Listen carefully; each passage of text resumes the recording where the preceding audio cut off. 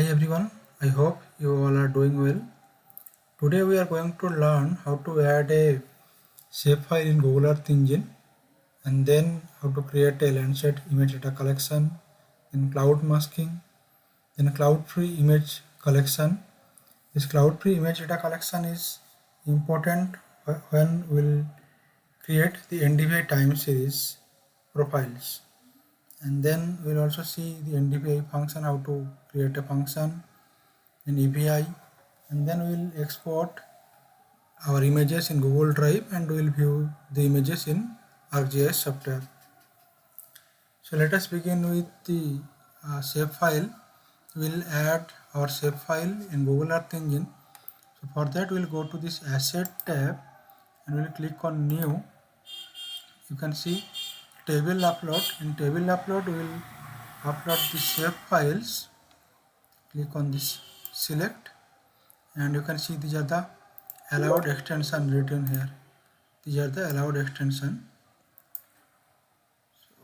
We'll click on Select. These are the uh, files for a particular area. So what we can upload: the .shp file, .zip file, .dbf, .prj. So you can look for these files and you can click and then open. So let us start with .shp file, .dbf, .prj, SHX, CPJ, SPN, and SHP XML. I will click on open. So there is a file name already existing. I will rename this file with South 24 Parganas, and then I will click on upload. You can navigate to your task tab and see it is uploading. So once it is uploaded, it will appear in your asset. You can refresh your asset and you can see the file name. So let us wait for a few seconds. So basically this shapefile will be added as a table, and that table we have to convert into a geometry file with the function .geometry. So I will add this shapefile in a function called study area. So it will be written as study area equals to table.geometry. So this .geometry function will convert the table into a shapefile. Okay. Now if I want to visualize the shapefile, I can use the function map.addLayer and file name, and the next line is to set our center object, and here we will define the latitude longitude or our study area and followed by the zoom level. If you want more zoom, then you can increase this value. See, it is now uploaded. Let us refresh the asset list. This is the file South 24 Parganas. I will click on import to script. So this is imported as table. Okay. And now we are transforming this table in a shapefile using the function .geometry. Now if I run this, so it will execute the entire code, and then it will view the study area shapefile. So the latter part of this code is not required in the first stage, so I'll select all and use this control / to comment all this line. If you click the same outside, you will get the shortcut menu for Google Earth Engine. Okay. So this is the code we used, control / to comment or uncomment the selected or current lines. Now if I run this, it should plot our shapefile.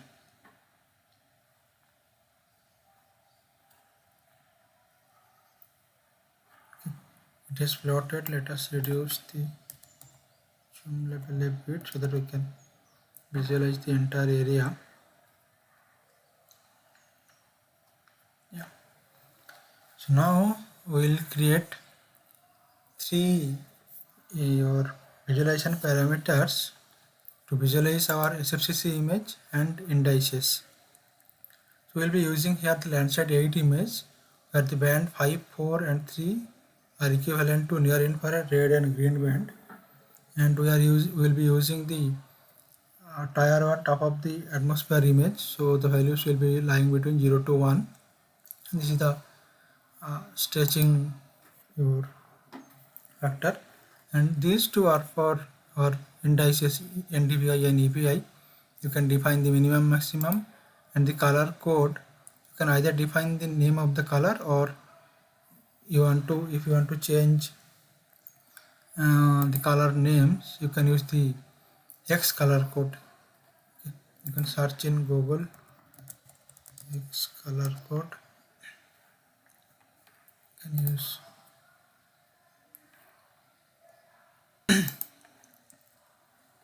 so here you can pick any color. This is the X code. You can copy and paste it here. So this way you can define your color from your minimum to maximum. Okay. Now we will see how to create image data collection. So let us uncomment this part, control and forward slash. Okay.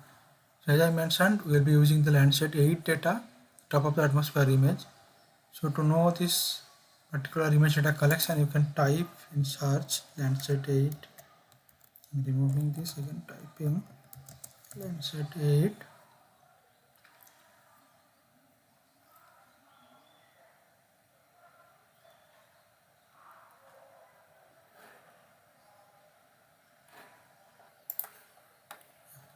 Yeah. So Landsat 8 you type and then click on this file. You can directly import or you can click here and you will get this data name or collection name. You can copy this or you can import. So type here and then we'll use a date filter, okay, between which two time period we want our data, and these are the two lines where we can define our required path and row. Let's say if a particular area is covering multiple tiles, then if you want only one particular path and row tile, then you can define them, and then we'll use the study area as our boundary filter.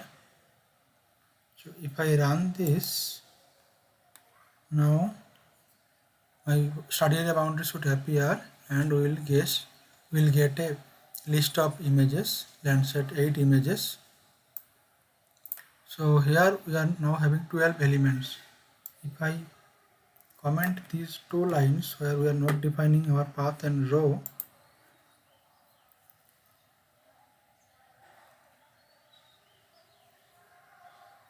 see we are having 25 elements, and you can check the list of Landsat 8 tiles here. You can see these are the 138 path and 044 is the path and row number. There are 2 and 3 tiles are there.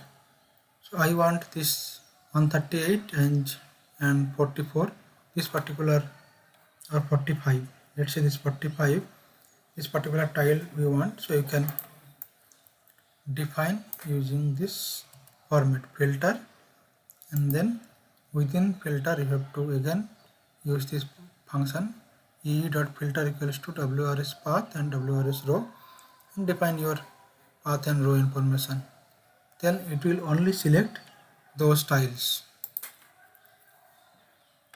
Okay.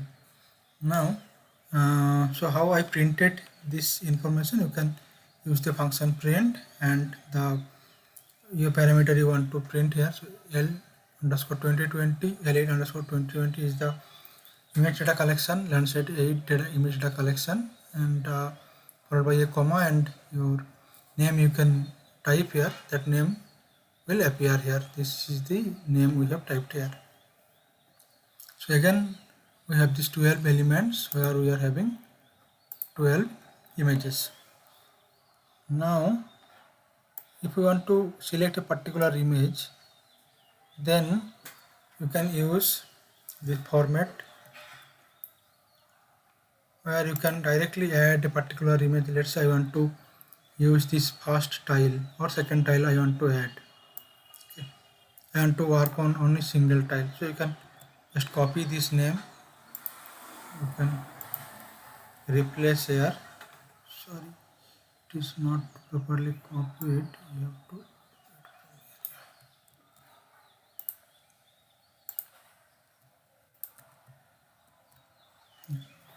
enter your name. You have to copy here, and you can see the number of images it is added, and then you can visualize that. So for visualization we'll be using map.addLayer function followed by the image, then our visualization parameter and the file name. And see, now we are only having 12 bands. There is no mentioning of elements. So this means we are only having one single image data where we are having this 12 Landsat 8 bands. Okay. So this is the tile you can see here.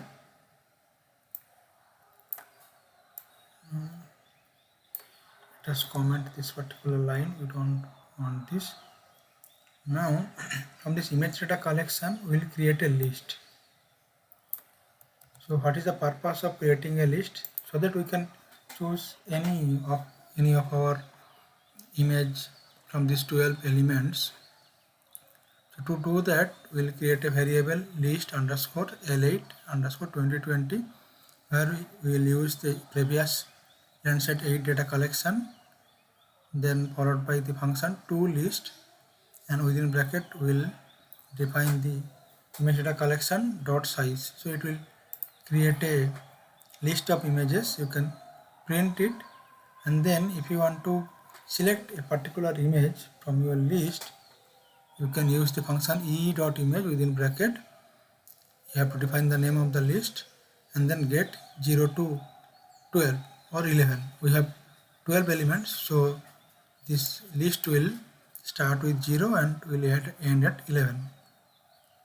And then if you want to view that particular layer, you can use the function again map.addLayer and then the particular image and the visualization parameter and file name.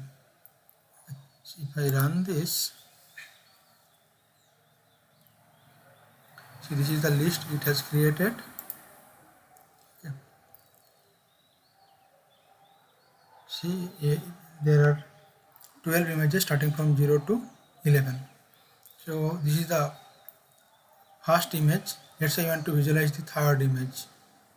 Okay, this third image is having the number 2. So I'll replace 0 with 2 and we can visualize the third image.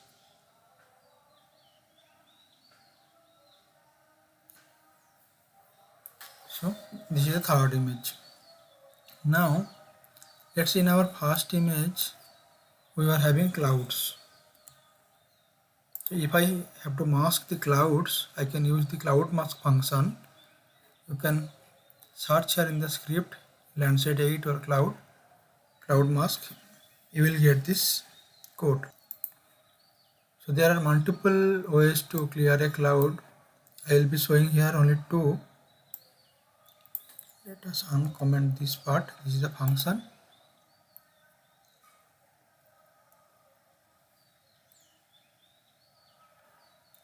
So here initially we have created a function and that we are storing in mask cloud. Okay. And then we will apply that in our image data collection. So this is the codes for that. So to apply a function, we will use the function called map. So this is the image data collection previously we added, and then dot map and the function we have created for cloud masking. And then the output we are adding in another variable, and again we will create a list, and from that list we will select images one by one. Now if I run this,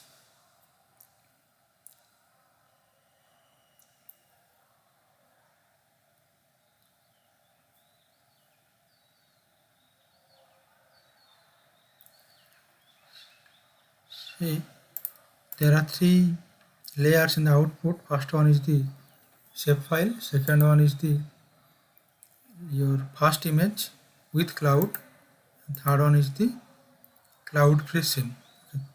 You can click on satellite or terrain so that you can get a better view. See, some of the areas are not properly masked.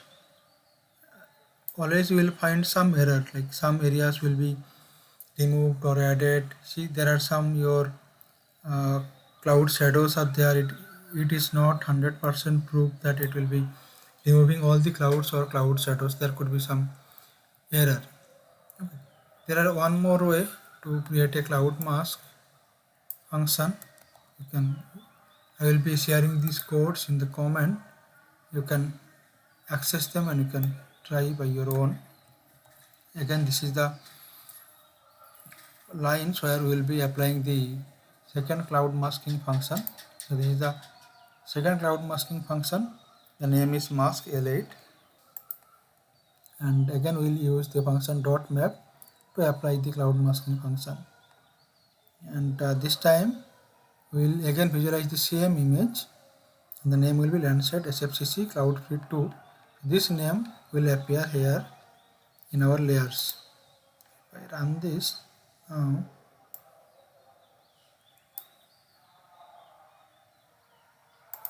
check these three off, click on Landsat. See, some of the clouds are still there. It seems that our earlier cloud masking function was working better than this. Let's see. See, previously some cloud shadows were there, but in this case some of the boundary clouds are still remaining after masking. Anyway, so what we will do, I will recommend to use entirely cloud free scenes. So for that we need to visualize individual images, and we will create a list. Let us comment the cloud masking section.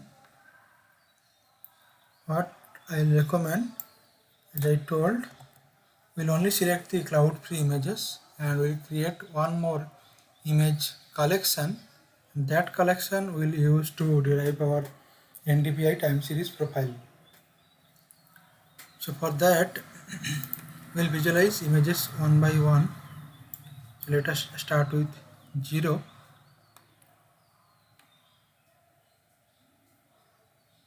If I now run, it will visualize the first image from our list, the list we previously created in the beginning. So this is the first image. You can see a lot of clouds are there. Then this is the second image.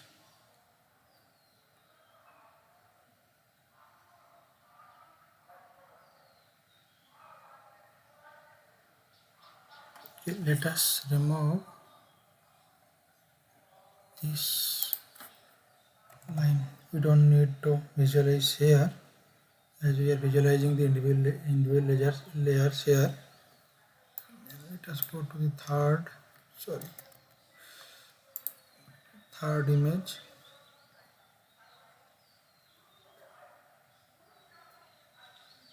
So this is a cloud free scene. So we'll create a list. 2 is the cloud free scene. Then let us check 3. So I have created a list here for convenience. Out of these 12 layers, only 4 images are entirely cloud free scenes. Those are the second, third, or not second, this is the third one actually. So tiles number 2, 3, 4 and 7. These 4 tiles are cloud free scene. Let us check, let's say 5.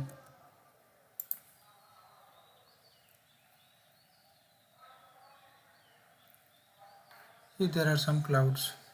So these 4 image tiles is not having any clouds. Now we'll create another image collection using this 4 tile number. So for that we'll again use the function e.image.collection that was used previously. This is to create a image data collection, and then we'll use this e.image function, and like how we selected the images from the list, so that same your approach will apply here, and then we'll use the comma in between these 4 image tiles. And now if I run this, it will create another image data collection which will be containing only 4 elements. See, earlier we were having 12 elements, now we are now having only 4 elements. Okay. Now we'll see how to create a function. Okay. We'll start with basic NDVI. So we'll keep the function in a variable. So for NDVI we have added the name add NDVI. This is the function name. So we have to write in this way. We'll write function within bracket image, then it will return the image, and then the image expression. Okay. What particular operation it will do. So band 5 is our near infrared band, and band 4 our red band. It will be near infrared minus red divided by near infrared plus red, and we'll add this particular band in that image. So the file name will be NDVI and file data type will be float. Now this function I can apply on an image data collection. You cannot apply image data, your function in a single image. So if you want to apply NDVI for a single image, then you have to read the images as a single image, then you can apply your NDVI. Otherwise, if NDVI kind of function you cannot apply for image data collection. Like you can apply your NDVI function for image data collection only, not in a single image. If I run this, so we'll get the NDVI layers added on the individual images. So we have created a variable NDVI underscore L8 underscore 2020. This is the second image data collection we created just now, and then we'll be using the function dot map and the function name, and we have printed this. Now if you see, we have these 4 elements where individual bands will be there followed by the NDVI band. If you see the second image, we will again have the Landsat 8 bands with the NDVI layer. So this means in this 4 data set we are having all the surface reflectance and quality control band along with the NDVI band. Now if we want to only select the NDVI layers, we will use this function dot select. Okay. So here I have added a variable, then from this data where we added the NDVI layer in an image, we have added that image and then dot select NDVI. So it will only select the NDVI layers from each of those 4 images, and it will create a list. Now if I run this, see it is printed. So let's see the output. See here we are again having 4 elements, but in this case we will only be having NDVI band. The other surface reflectance and quality control bands of Landsat 8 is not there, only NDVI band is retained or selected here. Okay. So this way you can calculate your NDVI, or you can apply your NDVI function in image data collection. Now if you want to apply NDVI in a single image, then you have to use this approach, where let us select first image Just select this image. Again, activate this line. So we'll use this image one.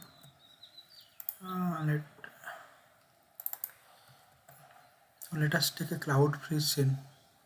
So our cloud-free scene will be, so this was a cloud-free scene. Third one. Let us take a cloud-free scene and we'll apply our NDVI.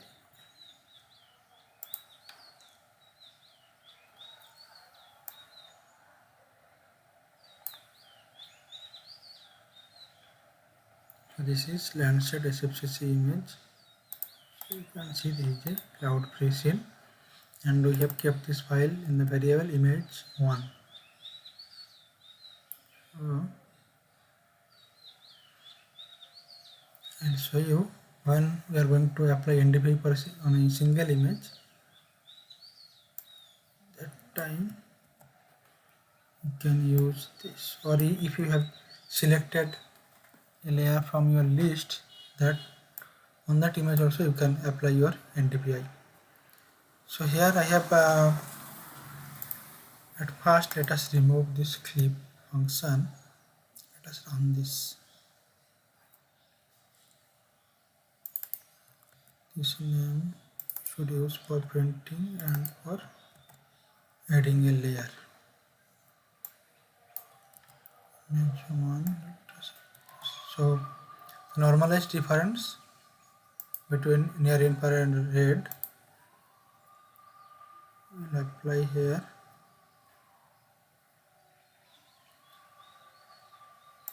Let us uncheck these layers. Yeah. So this is the NDVI image. Okay. Now if you want to apply EVI for a single image, you can use this approach. For NDVI we have taken one direct approach where we can use this function normalized difference, but in EVI there are some more parameters, so you can use this image expression. This way also you can create a NDVI your layer. So let us use the same image one data. So let us replace these names.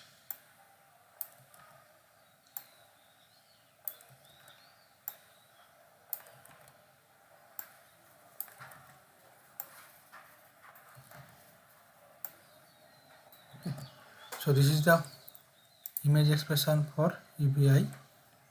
So 2.5 into near infrared minus red divided by NIR into 6 into red minus 7.5 into blue plus 1, where these your variables are added here, where our red band is 4, near infrared band is 5 and blue band is 2. So if I now run this, it will add our NDVI layer, sorry, EVI layer, and this time we have used the other index we created, index visualization 1. Is slightly different from that NDVI visualization parameters. So you can see this is the EVI image, this is the NDVI image, this is the EVI image. Now I will comment this, will not use these lines in our further your processing. Now we'll create a chart, NDVI time series chart, and for that we will be using the selected NDVI layers, NDVI underscore L8 underscore 2020 underscore select. So in this data we are having the 4 image bands, NDVI bands. So these 4 NDVI layers will use to create our NDVI temporal profile. So this is the function to create a chart window. and for this we'll be requiring another your geometry for which it will create the temporal profile. So see, this is the image data name, and then this region or geometry we have to create. For that, let us take a very small region. I have created a small area. Let us change the color.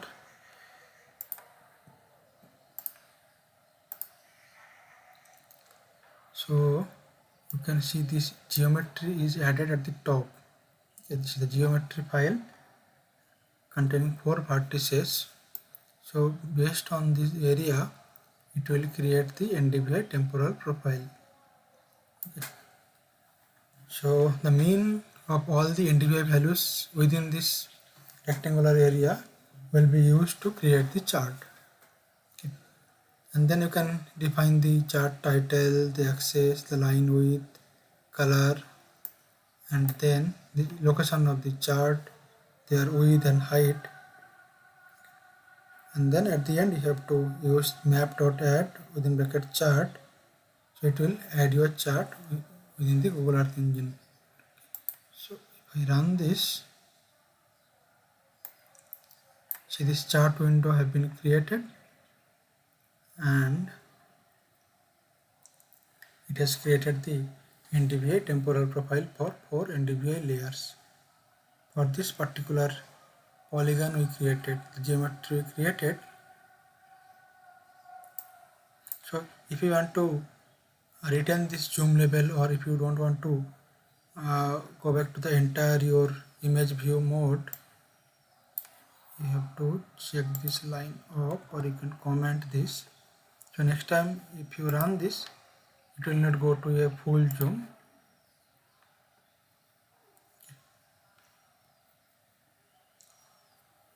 So this way you can create NDVI temporal profile for your different land cover classes.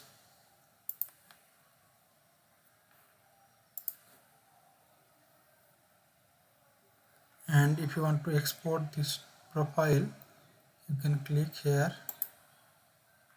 Okay. So this is the profile it has created. You can save the PNG file, or if you want to save the CSV file, you can directly click on CSV file and you can open and see the values.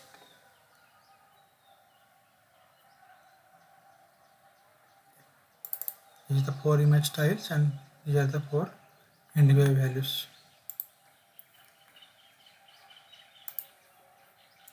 So this way you can create your NDVI temporal profile for different land covers and you can compare.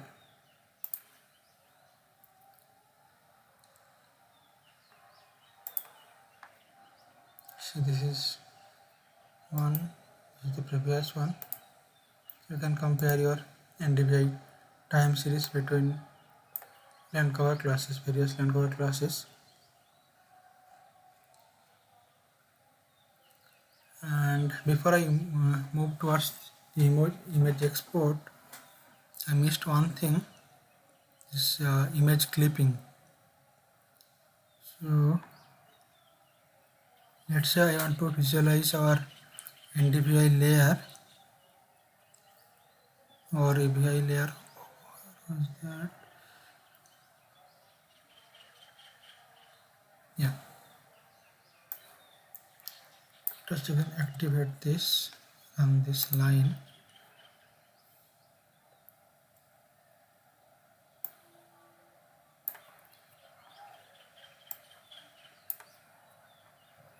So this is the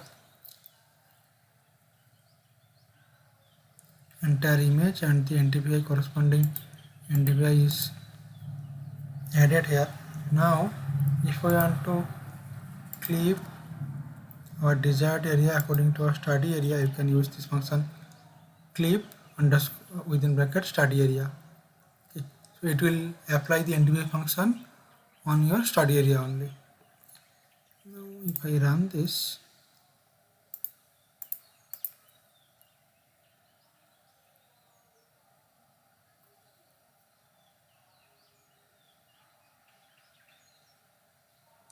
this is the NDVI for our study area.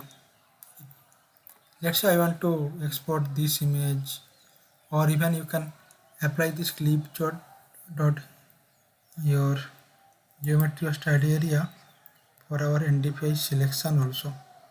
If I want to export this for NDVI your layered image, I can also apply the clip dot study area function over here. So for convenient, we will only use the NDVI underscore image one in this case, otherwise it will take a lot of time for exporting and downloading. So let us use this NDVI underscore image one. So this is the code for image exporting. So it will export your image to your Google Drive, which is linked with this account. Then the image name you want to export, description, the file name, and region. If you define the region here, it will only export this much extended area, and if you don't define this region, it will export the entire your this image area. Okay. So it is better to use the function region, and then the scale. So I'll export the image at 100 meter resolution so that it will export the image quickly. Otherwise, if you want the image at 10 meter resolution, you can also export at 10 meter, then file format and maximum pixels. For convenient, I will export the image at 100 meter resolution. Now if I run this,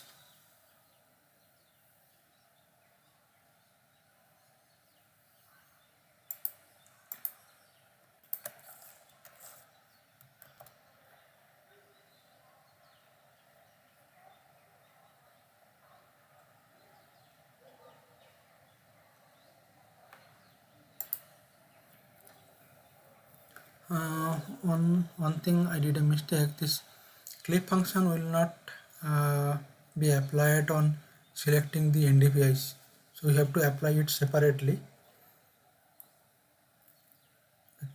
So as I have removed the clip dot geometry from this line, now the code is working, and on the task window you can see it is asking to run this particular line.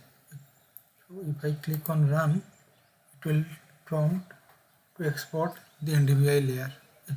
So this is the scale I defined. In Drive it will be your exporting, and this is the file name. And then if you have any subfolder in your Google Drive, you can define that. So I'll be saving my data in Google Earth Engine GE in this folder. Click on run.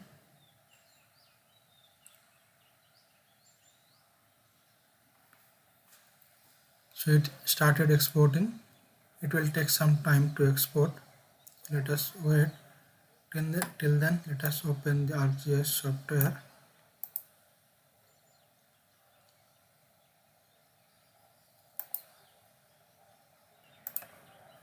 Let's go back to Google Earth Engine. Let's see our Google Drive. So after some time it has exported the image in the defined folder. Let us download this file.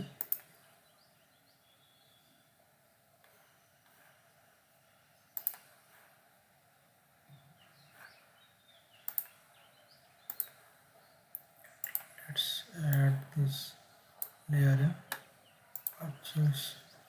See, our NDVI layer is imported here in ArcGIS. You can apply a color and see how we can get our NDVI image from our Google Earth Engine software. Thank you for watching.